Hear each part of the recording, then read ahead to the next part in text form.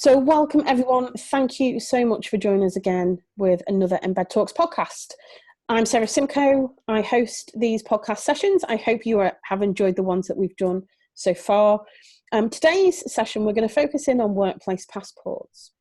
I've got two more wonderful guests joining me today. And with that in mind, I'm going to skip on over to introduce you. So first off, you will recognise the lovely Becky Morris. Becky, hello. Hello, you all right? Yeah, I'm good, thank you. How are you doing? Oh, pretty good. Busy week, but all very good, all very positive as well. So yeah, Good stuff. Great. Thank you again for joining these podcasts. I think it's working really well actually as an EMBED partner to have you in these conversations. I can't wait to this is such a valuable opportunity for the heritage sector, so really excited by the topic today. And we also have the delight of being joined by Sally Ward. Hello, Sally. Hello. How are you?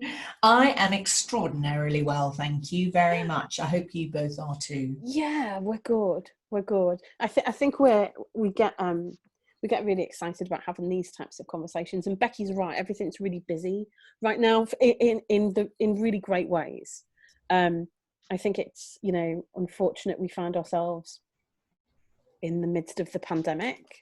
I think it's tragic that we're learning lessons because of that, but we are learning lessons. So in that regard, I think it's a very interesting time right now, right across the sectors. And thanks for giving us your time.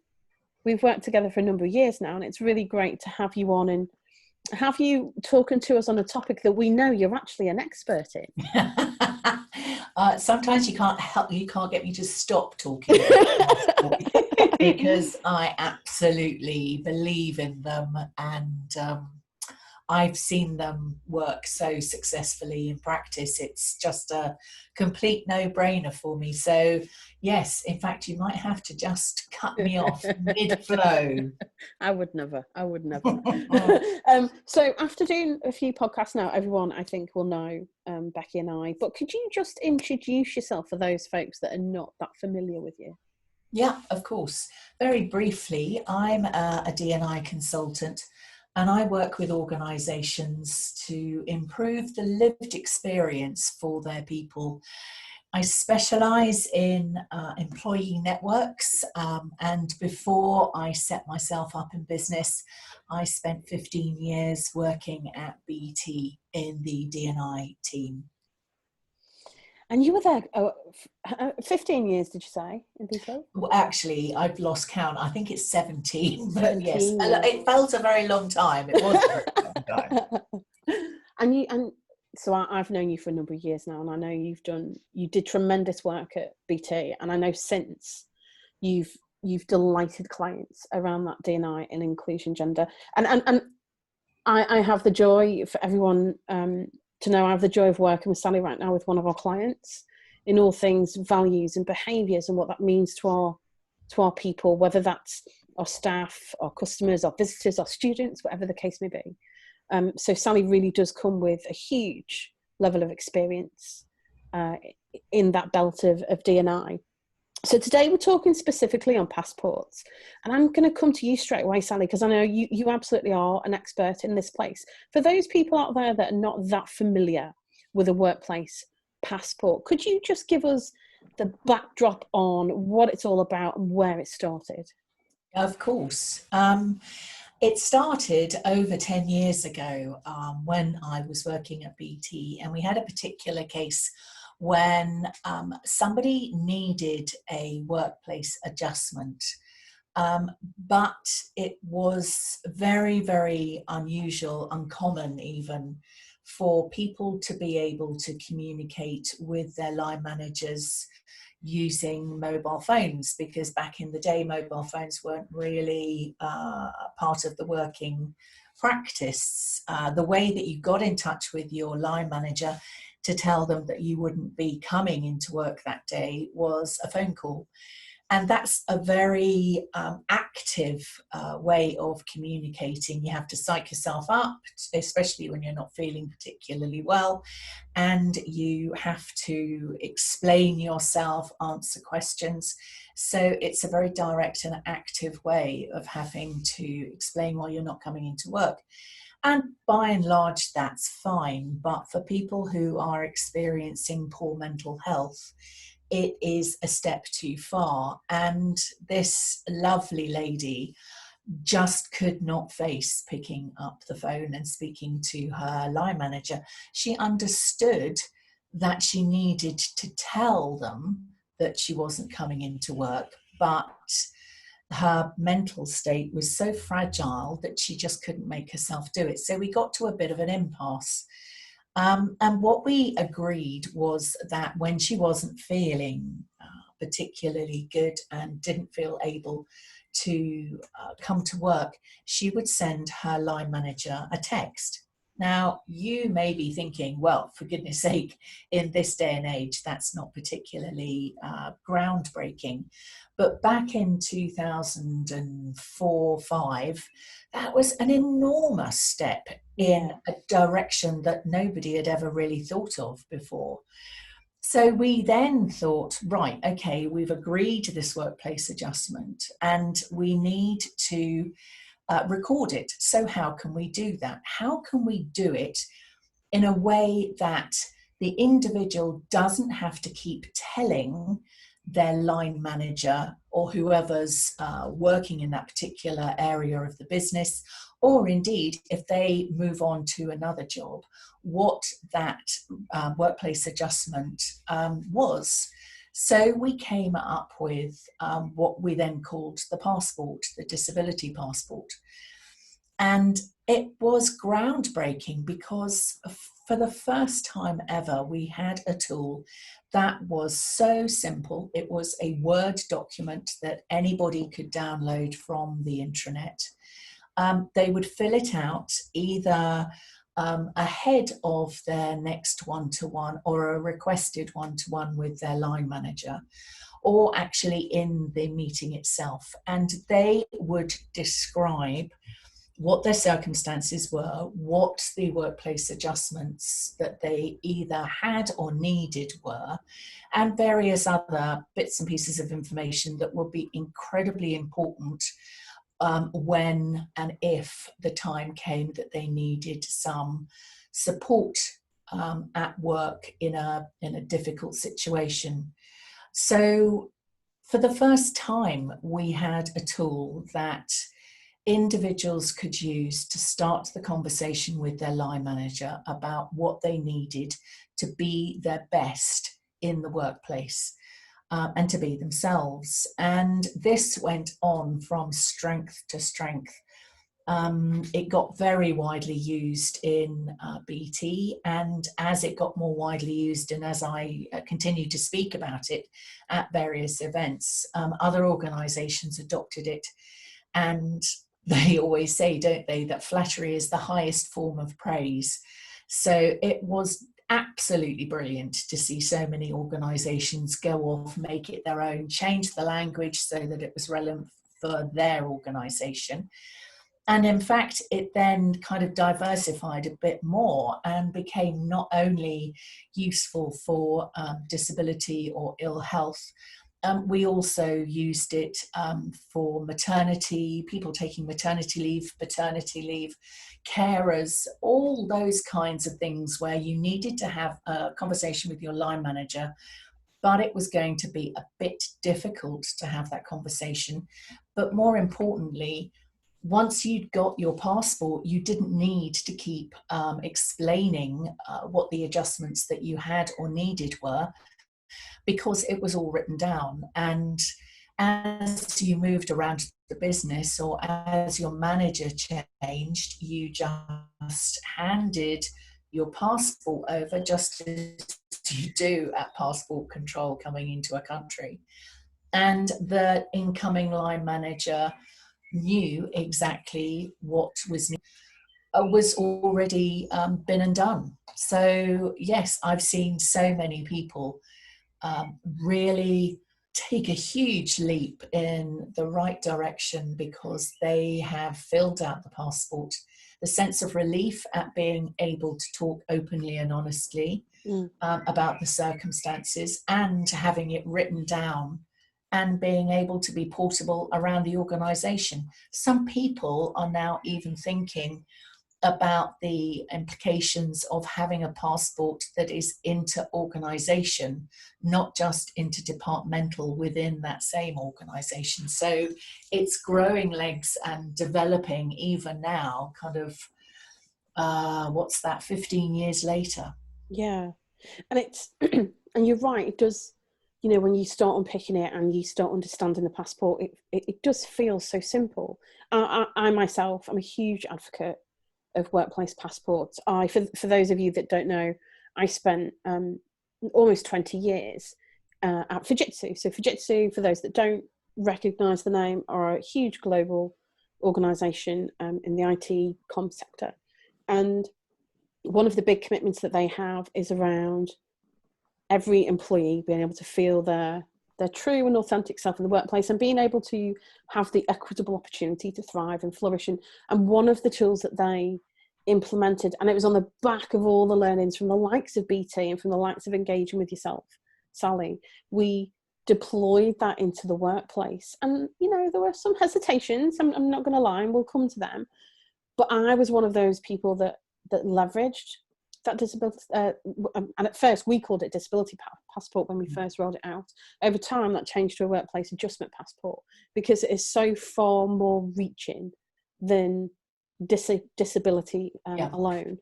I was one of those people that used it, and I found it to be such a useful tool that was able to follow me around an organisation. So I didn't have to keep having, you know, difficult or awkward conversations with people. And I know other colleagues leveraged it for exactly the same reason. For them to now be thinking about how we can use that as we cross into organisation to organisation, I think would be such a huge yet critical step.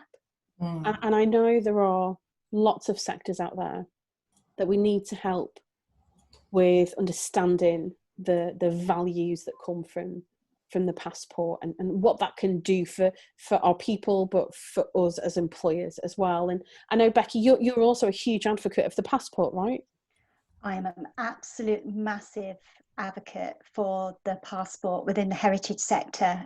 It's when I was first introduced to it, it was one of those things where I literally said to myself, oh my goodness, how come we don't have this in the sector?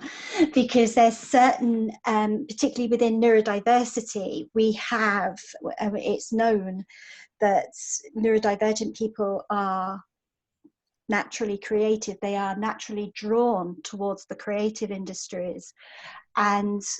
But once you're in there, it's very much about self-advocacy and also being able to fit yourself within the organisation, and that the organisation themselves may lack confidence in respect to asking questions or what you may require in terms of any changing needs that you may have throughout your career at that particular museum. And for me, it's about creating those authentic conversations that not only build in inclusive practice within the workplace, but also in terms of supports the employee as well as the employer in expanding their knowledge, understanding what reasonable adjustments are, but also in that a lot of this is all about awareness and inclusive practice. So I've advocated for it at a number of published research and also in terms of journals, and it's such a valuable opportunity right now to push this forward into the heritage sector. And I think you know, the times we find ourselves in right now with the pandemic that's happening, I think it's also a really important moment for us to come back to the passport conversation. And with that in mind, Sally, with that in mind, what would be additional messages that you would offer to, I suppose, employers rather, organisations out there, where you want to encourage them to embrace the use of a really simple passport? It doesn't have to be overly complicated, particularly in the current climate where we find ourselves? You hit on the very word simplicity, and I always go back to the fact that a simple Word document available on the intranet to be downloaded, that can start conversations, is the fundamental essence of what the passport is.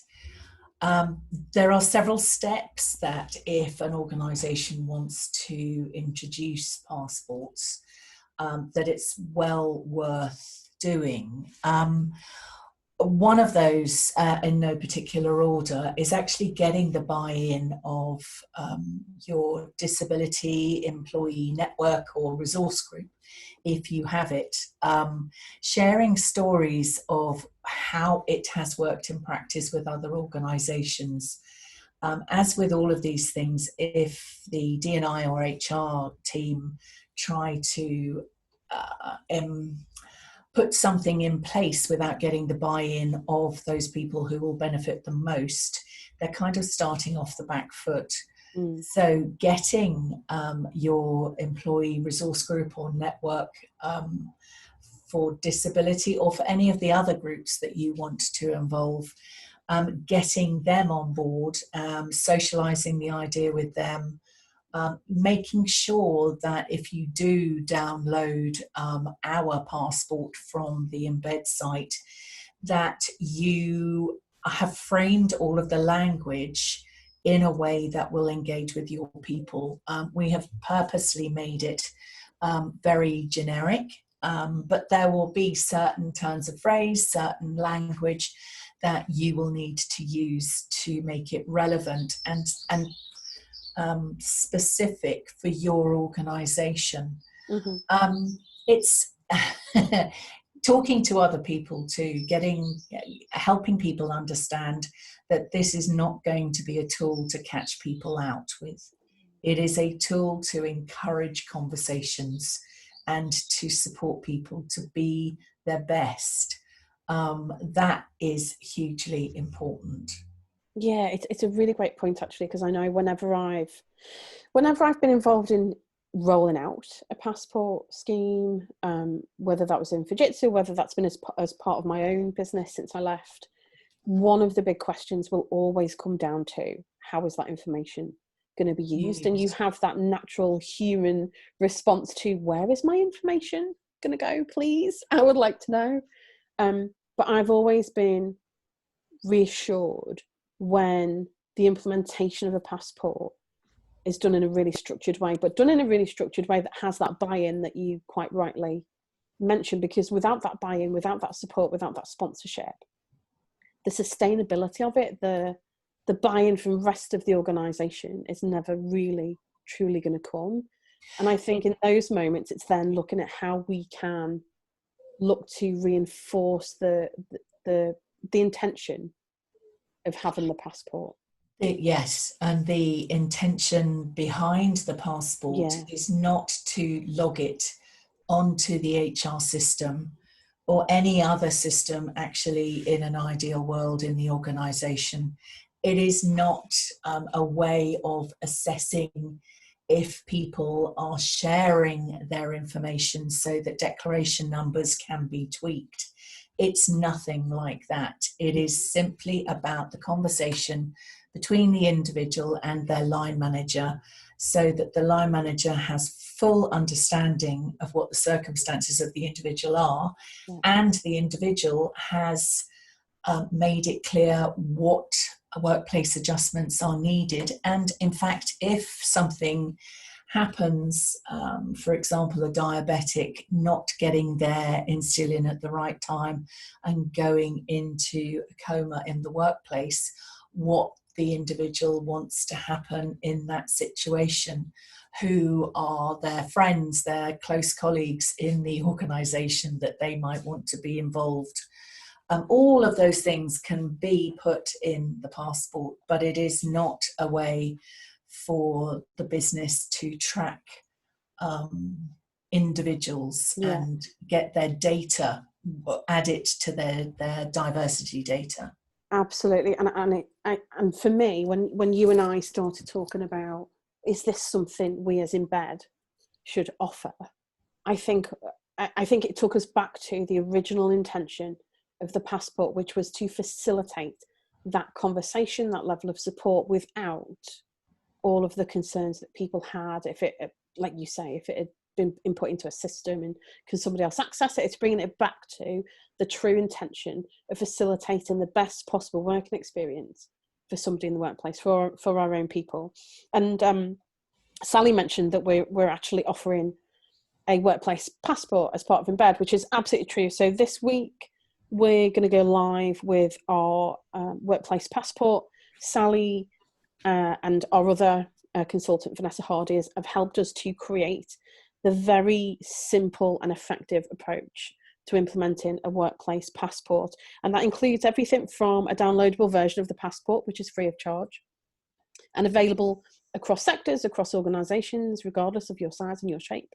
And then what we also have in place in the background are further services and support that we can offer to ensure that the workplace passport is implemented across your organisation as effectively as possible. So whether that is consultation, identifying your passport audience and seeking their buy-in and their support and their commitment to embracing it as a new tool at their disposal, to how we assess the policies and the processes that you already have in place, specifically and importantly around how you're already making workplace adjustments, as an example, to looking at the strategy that you have in the background, and do you have the right sponsorship, and do sponsors understand the role that they play in all of this, and then helping you to get those messages out. So the passport itself, free of charge downloadable template, you can visit our website to access that, but then lots of great supporting services to make sure that you're getting the most out of it as you roll that out to your people, to your organisation. And with that in mind, Sally and Becky, when it comes to that effective implementation, if you had to pick 3 key things that you wanted people to ensure they consider when it comes to effective implementation, what would they be? Shall I go first? Please. Signposting, easy signposting. I have glibly said it is downloadable from the intranet, but you never know about something until you need to know. So it doesn't matter how many comms you've put out about the passport to date. If it's not easily found on the intranet, it won't get used, because like I said, you never really pay attention to stuff unless you think it's going to be appropriate for you. And if it's not at that time, then it kind of just washes over you. So make the passport or the Word document very easy to access on your intranet is one of the first things. If there are any cases of it being misused, then nip that in the bud. I know that sounds very simple, but if there are managers, for example, who aren't abiding by the privacy behind the passport, then make sure that that is addressed and not so that the passport itself, it doesn't come into bad repute, because it is a fantastic tool. Yeah, absolutely. Becky, do you have any? Yeah, I think with me, it's that whole idea that the passport itself is a structure that, as a neurodiverse person, it's there to enable people to really reflect upon their current working practices and whether or not they can actually enable people to share, self-reflect. If there's a beginning of a project, who are the right people to have in respect to instigating that project? Are there going to be any influences which could cause, so I was thinking about your point about diabetics. So if you're in the middle of moving a store, That's a lot of physical work. So for a diabetic, one of the things that they need is a very powerful thing. It's a packet of chocolate biscuits and being able to monitor their blood sugars. So then a little bit more. So then they can actually keep going with the work, but at the same time, make the adjustments in order to enable them to do their work as the best that they possibly can be. Also, in regards to workplace structures, a transparency and flexibility in respect to taking that forward as well. So the idea about actually being more strategic in regards to the workforce, thinking about the resources, thinking about the capacity of the team in respect to their well-being, and creating more processes that are more proactive rather than reactive. I'm thinking specifically within the heritage sector at this time, and thinking about what we can do collectively, so then as our needs change, we've got that support inbuilt within that organisation as well, and also as a sector. I think I feel like I should add my 2 pennies worth now on top tips because it would be weird if I didn't. I think to your point, Sally, it's when you come to roll out something like the workplace passport, what I would encourage people to do is to plan it, to really take a good run up at it and plan the implementation of it, because what I wouldn't want it to be is something that is rolled out in too simple a way where you're just not engaging the people that it's meant to be supporting. So I would say take a good run up on it and plan it properly, and ensure that if the passport's in place, you know, people are going to be telling you information about them that may require a workplace adjustment. So for you to put that passport in place, you do have to ensure that other processes and support mechanisms will work effectively if they need to be kicked into gear.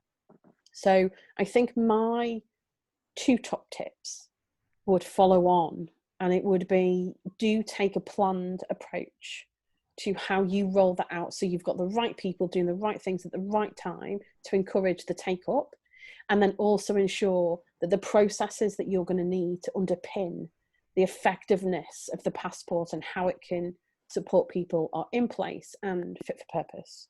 They would certainly be my top call outs. And as we've mentioned, we're going to go live with our EMBED workplace passport. If you wish to learn more about that, if you wish to access it, then do skip on over to our website, which is www.embed.org.uk. And if you go onto our services page, at the bottom of that page, you will find our EMBED workplace passport. Will link you through to a really useful flyer and information about how to download. I encourage everyone to go and have a further read of it. Where we find ourselves today, where a lot of organisations are about to come out of a lockdown period, there are nerves around what that's going to mean, and during that time people will have been affected health-wise, mental health-wise. So more than ever, having tools at their disposal, such as the passports, for me is going to offer a greater level of reassurance that we're focusing in on the well-being of our people as we open more, I'm going to say, across the country, across the globe. So I encourage you to consider tools like this to help and support your people. And thanks so much for joining me today. It feels like a very simple conversation to be having, but passports, we all know, are so powerful a tool, and often the simple tools are always the most powerful. Thank you so much to you ladies for joining. For those of you who have listened into the podcast, I hope you found it useful. As I mentioned, please head over to the website. You can also email us for further information at our email address, which is info@embed.org.uk. And if you have any requests for topics for future podcasts, then please do drop us an email and let us know, and we'll do our best to reach into the consortium of our cross-sector experts and do our best to have that conversation and bring you some really useful thoughts and guidance and advice So thank you so much for joining me, ladies. My pleasure. Thank you. Pleasure. Thanks to everybody for joining us again, and we look forward to the next podcast. Take care, everyone. Bye. Bye.